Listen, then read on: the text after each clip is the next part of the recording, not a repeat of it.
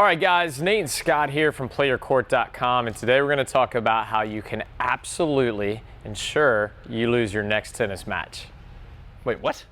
Yeah, man. All right, guys, so today apparently Nate is going to coach you on how to lose. And since losing is something we all can do, this video is for all members and all skill levels inside the Player Court membership and rating system. If you're not in our membership, we'd really like to have you and definitely want you to learn more about it. So click the link and check that out. But on to losing. Nate, talk to me. How are we going to make sure we lose our very next match? You guys out there, I know you're excited because you're thinking, yes, I can finally get my rating down. All right, but no sandbagging. That's not what this is about. This is a call to action on how to find optimal performance. And the one way to ensure that you just destroy optimal performance is paralysis by analysis. Okay, and what is that? We all work really hard on our games, and maybe it's with lessons, right? Or maybe you're watching online instruction or whatever it may be, and you're really thinking about what the biomechanics are of the stroke. Okay, and that's totally fine when you're practicing, okay? And maybe it's a practice match, it'd be fine there too.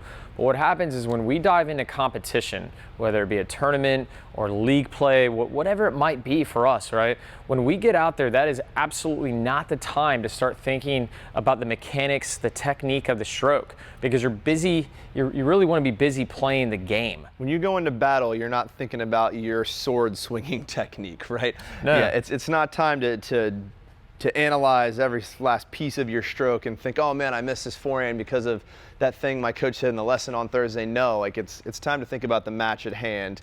And like you said, the practice court is the time to focus on the technique so that it becomes second nature when you get out there under battle, right? Yeah, tennis is tough, man. It moves very, very fast. We have a sending receiving sport, and it's played through feel, right? So what can we think about, right? So I'm out there, I'm playing a match, I miss a backhand in the net. I don't want to think about the biomechanics that cause that backhand to break down. But what should I be thinking about to get back on track and win more matches here? So a lot of times we want to put the focus in our feet, make sure that we're moving. If I'm consistently missing short into the net, I'm going to put a lot of thought in my follow through. All right, because that's just, if we know where the stroke ends, right, we kind of know where it started and what happened in between. We're not all concerned. It's the stuff where we're focusing on the beginning and the middle.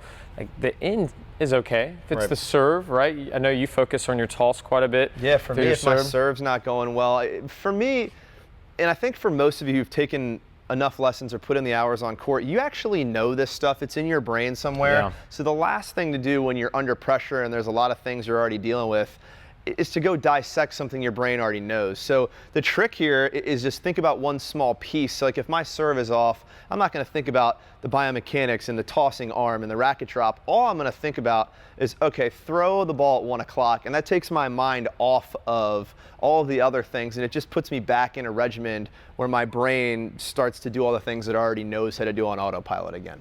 Yeah, guys, we'll leave you with this, and I think this is the best way to kind of understand it. When you go for a run, you're not thinking about every step of every stride and how your legs and your arms moving. I mean, maybe if you're a professional runner and you have a specific stride that you're trying to, but none of us really do that, right? You're just exercising. And the problem is that when we focus on the mechanics, we get tight, we get nervous, and that's the last thing we want in tennis. Hence, paralysis by analysis. So guys, leave it for the practice court. When you're competing, play the game, play through feel. So I hope this video helps, but if you want to see improvement in your game, remember, you've got to practice. So get out on the courts with some of your fellow Player Court members and really work on this stuff.